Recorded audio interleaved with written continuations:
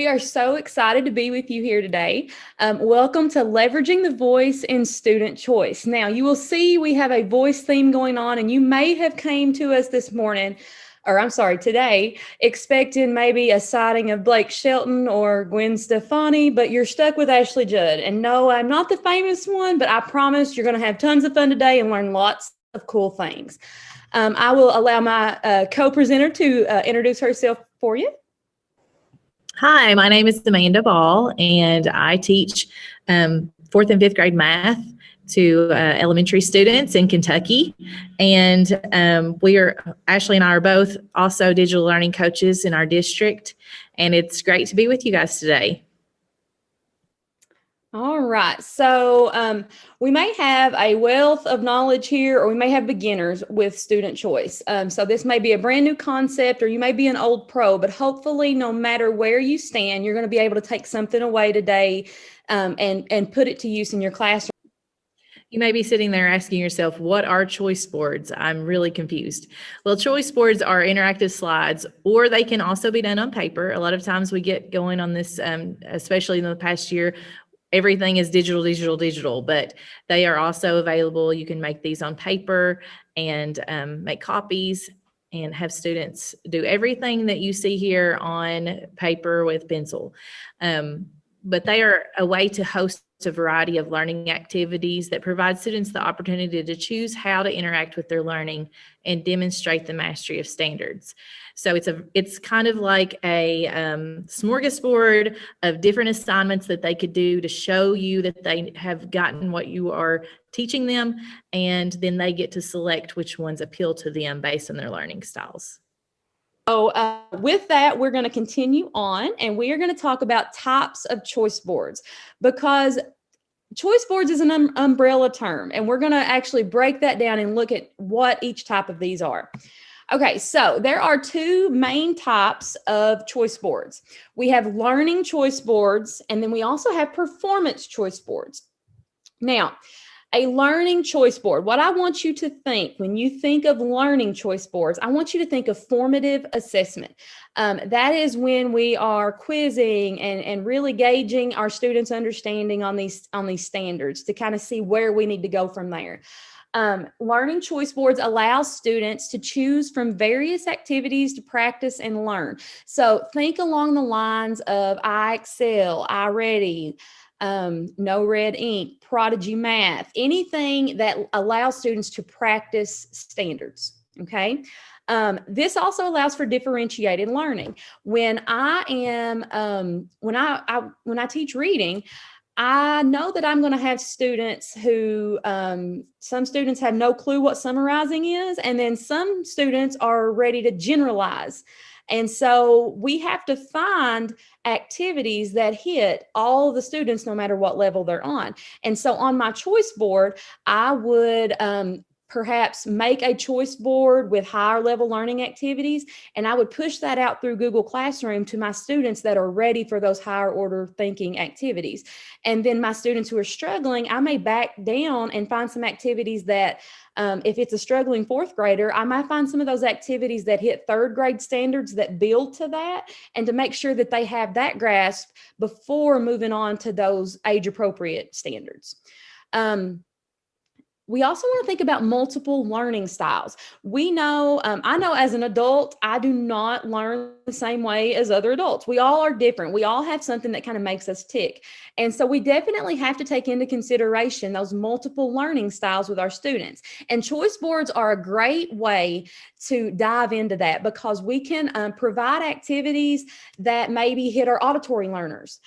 And then we can also give a choice of an activity that hits our hands-on kinesthetic learners. And the child is in the driver's seat if they know what they like to do. And so if they love those auditory activities, then that's what they're going to choose to do.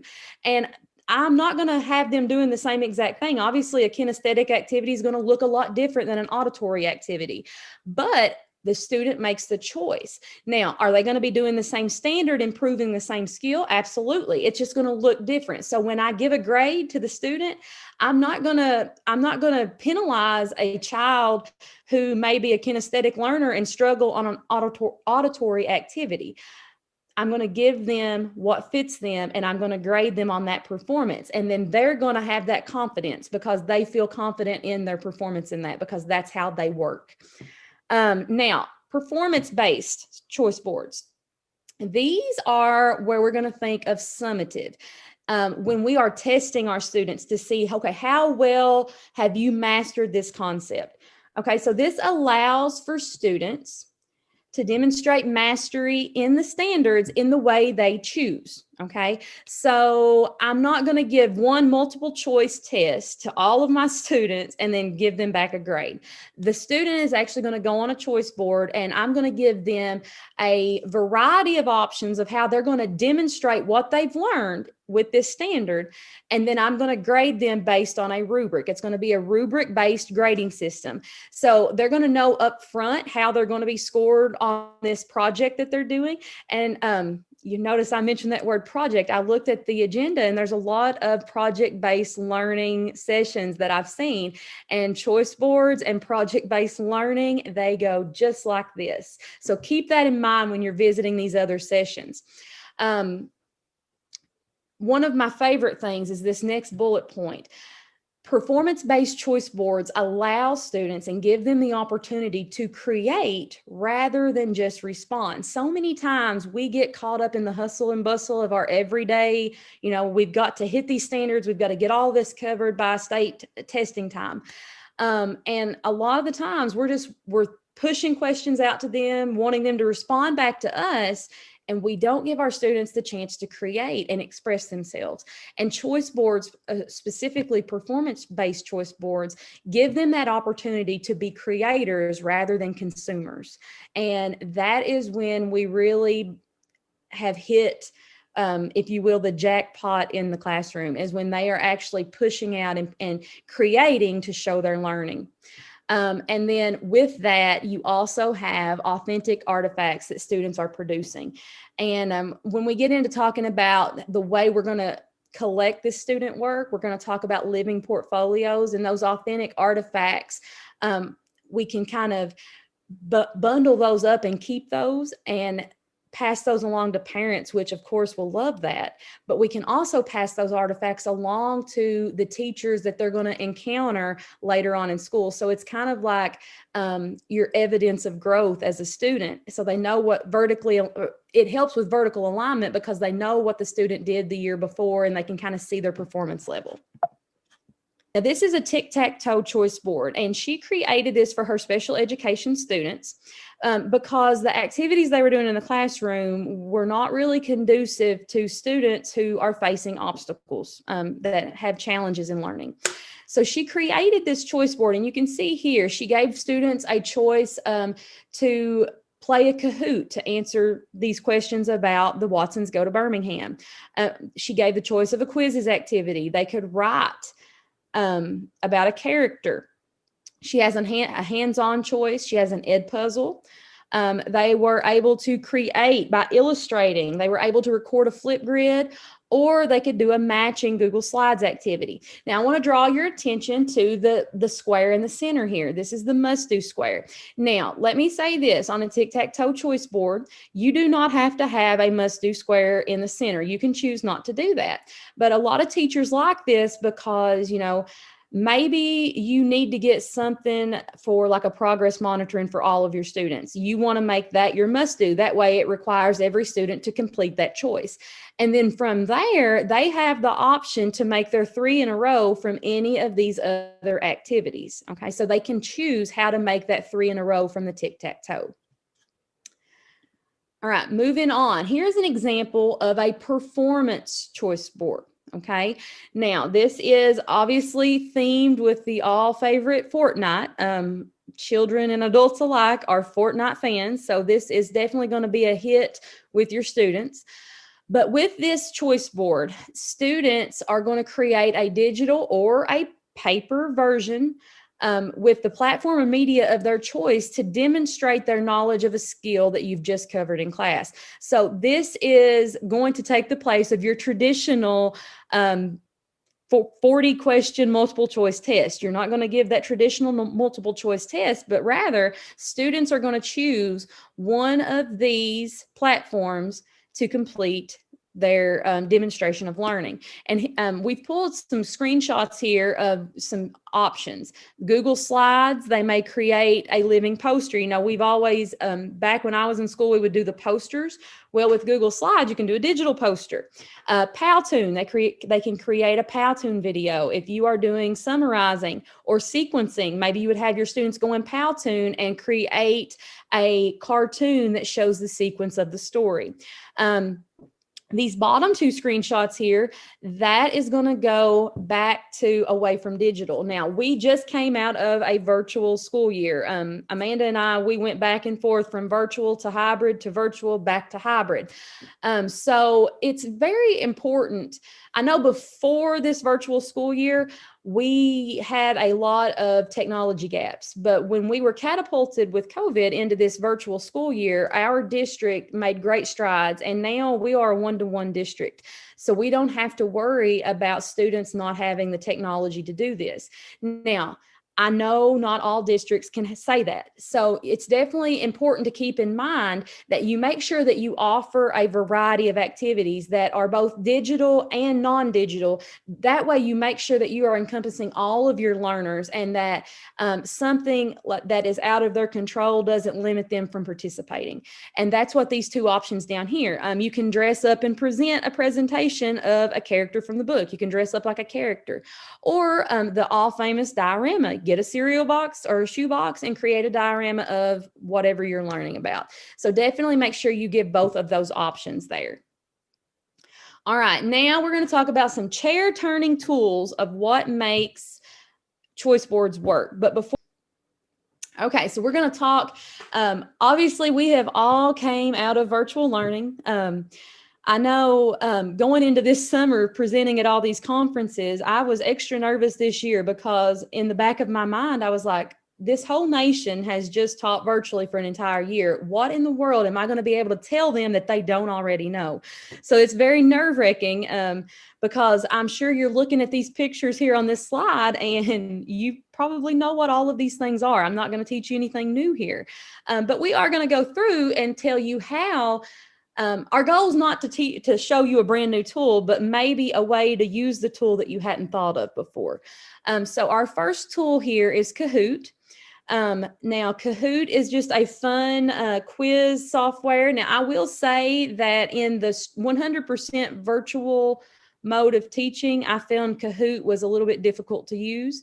It is more, I feel like it functions better when you have students in seat.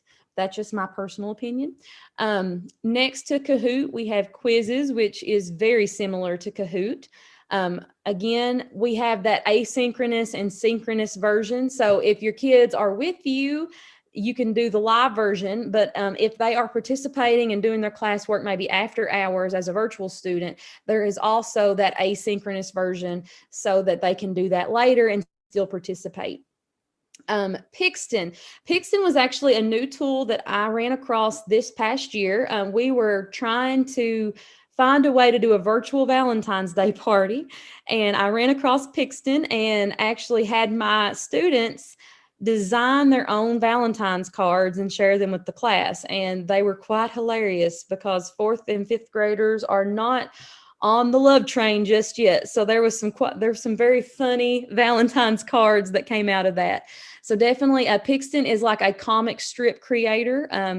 You can purchase clip art packs for your class to use. They can build their own avatars, which they love.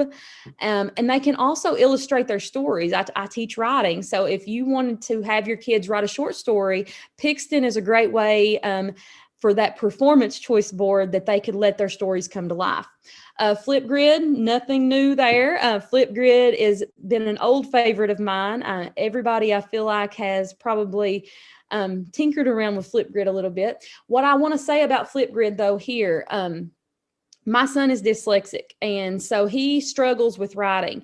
And if you were his teacher and you ask him to show his learning in writing, then you're going to think that he is very behind and that he cannot function on grade level, which is very opposite of the case. Flipgrid is a video recording software that allows students to talk and just say what's on their mind rather than write it.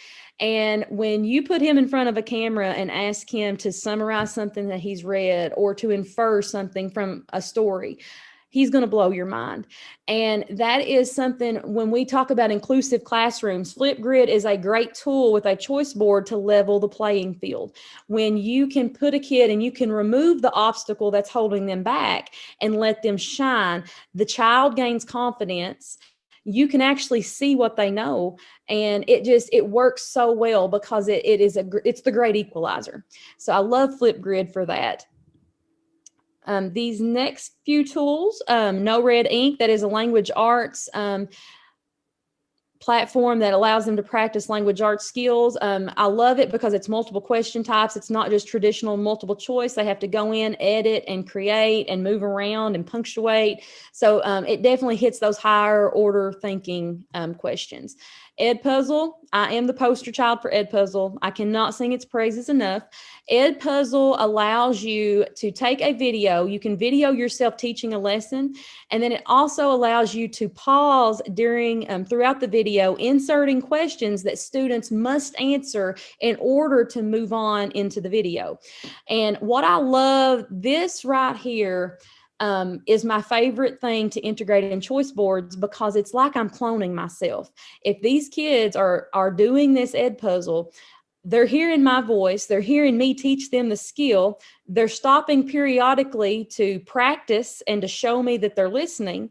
And then whether they get it right or maybe they get it wrong, they're getting that instant feedback and correction. So it's like having a second teacher in the classroom. Love Edpuzzle. Edpuzzle, if you are just starting with choice boards, definitely make sure that Edpuzzle is the first tool you use when launching that initiative. Pear Deck. Pear Deck is another favorite of mine. Pear Deck is an add-on through Google Slides. So when you have this presentation that you're teaching from, to maybe you are teaching, I don't know, we were doing compound sentences. And Pear Deck actually allows, kind of like Edpuzzle, while you're teaching, the slide becomes interactive and the students have to respond to questions showing that they are engaged and that they are participating. So Pear Deck is definitely a great tool for student engagement. It was my savior in virtual, because when they're home, you don't know what's going on around them. You don't know if they're paying attention to you or if they're really watching YouTube, which I feel like probably happened a few times. So Pear Deck definitely makes them to be engaged and forces engagement. Book Creator, Amanda's going to tell you a little bit about Book Creator. Yes, Book Creator is kind of what it says. It's a way to make digital books. The great thing about it is it has lots of templates that students can use and make their books look very professional. They can also insert music and video into their books. And I know many of you have probably created those books with pictures of your kids or maybe a special event. It's kind of like that, only the kids get to do that and they get to demonstrate their learning through the book that they've created. So a great way to do a how-to book, maybe about thinking about math, how to divide with a one-digit divisor. They could go through all of the steps for you, maybe even put a video here or there of them going through the steps, kind of like a Flipgrid inside of the book. You could also use it to do a book trailer if you're teaching reading and you want students to kind of give you a report of what they've read. Character analysis, you could have them do a book about the character. All kinds of different ways that you can use Book Creator in your choice board. So we've told you about choice boards, what they are, the different types that you can choose from, and you're probably sitting there right now saying, okay, well, this all sounds great, but where in the world do I start if I want to put this into my classroom? We're going to help you with that. Okay, so the first step, determine your goal. Now, as educators, that's our first step with everything. When we start to design a lesson, we have to determine, what do we want our outcome to be? What's our goal in doing this? You need to know what standards you're going to be covering, pinpoint what you're going to be teaching. And then I want you to think ahead to your assessment. Okay, once I teach them this, what are they going to have to know in order for me to feel like they've reached mastery? What's that assessment going to look like? Now, if you are brand new to choice boards, I'm going to recommend that you start with one type. You're either going to choose learning or performance. I think you may get a little overwhelmed if you try to do the learning choice board and then make your assessment a performance choice board. I would start small and grow. So definitely pick one and go from there. Because your assessment may in and of itself be a choice board eventually. All right. So step number 2. Mixed modalities. Now, what in the world? Modalities. That's a word that you may or may not know what I'm talking about there. But when we talk about modalities, we're talking about delivery style. I want you to consider learning styles. That's kind of been the word of the day from earlier in the presentation. Think about your learning styles. How are your students learning? How are you going to reach them? How are you going to make sure that you offer a buffet of choices? When I go to a buffet, maybe I don't like I'm on a low carb diet, so I don't go to the bread section. All right. So make sure you have all of those sections there for your students so that everybody can find something. And then also think about online versus paper. Before virtual, the pandemic, we had a lot of students that there was a great divide with technology because we had homes that did not have internet. We had homes that did not have devices, and we still may have those homes. So keep that in mind. Make sure that you are not going to create a greater obstacle for your students to demonstrate their learning just because they don't have the devices they need. So you want to offer a mixture of choices of online versus paper choices. Guys, paper will never die in the classroom. There's a lot of talk about going into a strictly Chromebook, strictly digital, but I am as techie as they come. Amanda is as techie as they come. And we both use paper and pencil in our classroom, and we always will. That will never go away because you have to find the blended model in order to make sure that you're successful. All right, 3 R's that you're going to remember. Step 3, the 3 R's: reduce, streamline your design process. Now, let me say this. It does not, I know you're looking at this presentation that we're showing you right now, and you're like, the design process, come on, girls. We know that you worked hard on this design process, and we do. Amanda and I will be the first to tell you that we fall down the rabbit hole of making things look pretty. But when you're just starting, you don't have to do that. Streamline the design process. Develop a good set of bones. That's what your first step is. It does not have to be beautiful for you to start using it with your classrooms. Once you get that good structure and that good set of bones, then you can, when you have time, you can go in and you can add the themes and you can make it pretty. But remember, the functionality is the main thing. So just design that good structure, that good solid core, and then you can make it pretty later. Reuse. Talking about that structure. When you design your choice board, make sure that you design it in a way that when you switch and go to a new standard or a new unit, you just have to have a few clicks here or there, and then you can make that choice board fit that unit. You don't want to redesign or recreate a brand new choice board every time that you move on to a new unit of study. You want to use what you've already created and tweak it for future use. And as educators, I feel like we're pros at that. We're good at looking at what we used last year, tweaking it, and then reusing it the next year to benefit our students. The final R, recycle, and we just talked about that.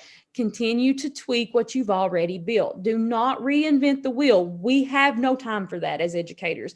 I feel like we are always grasping for straws, trying to get done what we need to get done.